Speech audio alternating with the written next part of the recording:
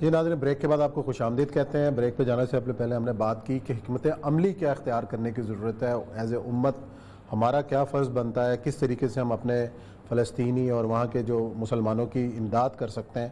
اور اس اب ایک تو آپ نے تجویز دی کہ مسلم حکمران بارڈر کھول دیں کہ جس نے جانا وہ چلے۔ بہت مشکل ہے یہ تو نہیں ہو سکتا، تو جنگ لگ جائے گی نا پوری۔ نہیں سر، یہ خود ڈریں گے، کہیں گے واپس آ کے ہماری گردنوں پہ سوار ہو جائیں گے یہ لوگ۔ وہ کہتے ہیں ادھر سے ٹرینڈ ہو کے آئیں گے تو ہمیں اتار دیں گے آ کے۔ ڈر اس بات کا نہیں ہے۔ یہ جو فلسطینیوں کا مطالبہ ہے کہ آپ کچھ نہ کہیں، ہمیں آپ کی ضرورت نہیں ہے، ہمیں وسائل دے دیں۔ دیکھیں نا آپ، دیکھیں میں اس دن 52 میں کل پورا کیلکولیٹ کیا، تقریباً کوئی 65 لاکھ کے قریب ہماری فوج ہے، مسلم دنیا کی فوج 65 لاکھ مسلمان فوج ہے پوری دنیا کی۔ اور جو کفار ہیں ان کی کتنی؟ ایک کفار کی پتہ نہیں کتنی ہے، لیکن ہماری 65 لاکھ فوج ہے، اور تقریباً 114 تو کنفرمڈ اور 120-30 کے قریب ہمارے پاس ایٹم بم ہے۔ اچھا ٹھیک ہے۔ اس کے ساتھ ہمارے ٹینک بھی ہیں، ہمارے پاس جہاز بھی ہیں، ہمارے پاس پیٹریٹ میزائل بھی ہیں، ہمارے پاس دنیا جہان ہے ہمارے پاس۔ اور ہمارے اس مقابلے میں اسرائیل ایسا ہے کہ اگر ہماری بحری بیڑا تو ایک کشتیاں بھی کھڑی ہو جائیں نا تو اسرائیل بند ہو جاتا ہے۔ صحیح۔ اچھا چھوڑ دیں، یہ جرات کون کرے؟ چھوڑ دیں ساری چیزوں کو۔ اس سارے مسلمانوں کے سامنے ایک ایگزامپل افغانستان کی آنکھوں کے سامنے، کوئی یہ نہیں کہتا کہ یار 1400 سال پہلے حضرت عمر نے قادسیہ میں فوج بھیجی تھی اور ہم پڑھتے جاتے تھے کم من فئۃ قلیلۃ غلبت فئۃ کثیرہ، اللہ کا وعدہ ہے چھوٹے گروہ میں ہو گئے بڑوں۔ مت یاد کرو تاریخ کو۔ کوئی نہیں کہتا خالد بن ولید 60 لوگوں کو لے گیا تھا، پتہ نہیں 1 لاکھ کا لشکر تھا، یار وہ کہانیاں ہیں، کس سے ہیں تو کچھ بھی۔ وہ بھائی افغانستان تو کہانی نہیں ہے، افغانستان تو قصہ نہیں ہے، ایک بات تو یہ۔ دوسرا، اکیلا امریکہ وہاں نہیں گیا، 48 ملک گئے ہیں، 48 ملکوں کی انٹیلیجنس گئی ہے، 48 ملکوں کا اسلحہ گیا ہے، 48 ملکوں کے ریسورسز گئے ہیں، 48 ملکوں کی ایئر سرویلنس گئی ہے، سیٹلائٹ سارا کچھ گیا ہے، پھر تمام پڑوسی ساتھ ملے ہیں، انہوں نے مدد کی ہے، اس کے باوجود ہار گیا ہے 48 ملک کا۔ آپ کو کیا چیز روکتی ہے؟ آپ کو کوئی چیز نہیں روکتی، آپ کو بنیادی طور پہ آپ کی اندر کی بزدلی روکتی ہے۔ رسول اکرم صلی اللہ علیہ وسلم کی حدیث ہے، آپ صلی اللہ علیہ وسلم فرمایا ایک زمانہ آئے گا جب تم پہ لوگ جو ہیں چڑھ دوڑیں گے، ایسے جیسے دسترخوان پہ لوگ بلاتے ہیں کسی۔ تو پوچھا اس وقت صحابہ نے کہ یا رسول اللہ کیا ہم تعداد میں تھوڑے ہوں گے؟ کہا نہیں، تم تو اتنے تعداد میں ہوگے کہ شمار نہیں کیا جا سکے، یعنی 65 لاکھ فوج ہوگی۔ تو آپ کیا فرمایا، تمہاری حیثیت ایسی ہوگی جیسے اس پہ اوپر نا پانی کے اوپر تنکے بہتے ہیں۔ تو فرمایا تو ہوگا کیا؟ فرمایا تمہیں ایک بیماری آ جائے گی، اور وہ بیماری ہے وہن کی۔ صحابہ نے پوچھا یا رسول اللہ وہن کیا تھا؟ فرمایا زندگی سے پیار اور موت سے خوف۔ لیکن ایک بات بتاؤں، یہ بات بڑی میں تلخ کر رہا ہوں اور میں کوئی اپنی آپ سے بات نہیں کر رہا ہوں، میں سید الانبیاء صلی اللہ علیہ وآلہ وسلم کی پیشگوئی سے بات، جس طرح یہ قرآن حرف بحرف ثابت ہوا ہے سچ کہ جئنا بکم لفیفا۔ آپ سوچیں جب 1400 سال پہلے رسول اکرم نے یہ قرآن کی آیت سنائی ہوگی، کوئی یقین کر سکتا تھا کہ سارے یہودی یروشلم واپس آ جائیں گے؟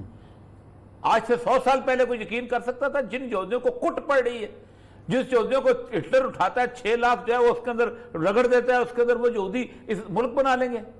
جو یہودی ایسے ہیں کہ وینس شہر کے اندر ان کو گندی تاریخ غلیظ جگہ پہ رکھتے ہیں، بدبودار سلیٹیں ڈال کے نکلتے ہیں، جن کو پولینڈ میں شنڈرنس لسٹ جو بنتی ہے اس کے وہ یہودی آ جائیں گے، اور میرا قرآن کہتا ہے ہم تمہیں اکٹھا کریں گے۔ ہم نے کر لیا۔ اب اللہ کے رسول صلی اللہ علیہ وسلم کہتے ہیں ہوگا کیا؟ یہ تم لوگوں کی اعمال کی وجہ سے تمہارے پر مسلط ہوئے ہیں۔ اللہ نے رسول فرماتے ہیں کہ آپ فرماتے ہیں ویل للعرب، آپ نے یہ نہیں کہا ویل للمسلمین، آپ نے یہ نہیں کہا مسلمانوں کے لیے تباہی آئے گی، عرب کے لیے تباہی۔ پھر دوبارہ کہا ویل للعرب، عرب کے لیے تباہی، پھر تیسری دفعہ کہا ویل، پھر فرمایا من شر ان کا دکھتا ایک فتنہ جو بہت نزدیک آ گیا۔ آپ سوچیں کہ عرب کے اوپر تباہی کے اوپر اتنی حدیثیں ہیں کہ آپ صلی اللہ علیہ وسلم فرمایا ایک عورت جا رہی ہوگی، وہ ایک جوتا دیکھے گی اور کہے گی یہ مجھے ایسے لگتا ہے یہ جوتے ایسے جو ہیں قریشی پہنتے ہیں، لیکن قریشی اس دنیا پہ نہیں ہوگا۔ پھر سیدہ عائشہ سے کہا تمہاری قوم سب سے پہلے مجھے پاس واپس آئے گی، سب سے پہلے ماری جائے گی۔ کیوں؟ ہم نے اس امت کے اس ریسورس کا ستیہ ناش کیا۔ آپ تازہ کریں 3 چیزیں ایسی ہیں جو امت کی مشترکہ ہیں،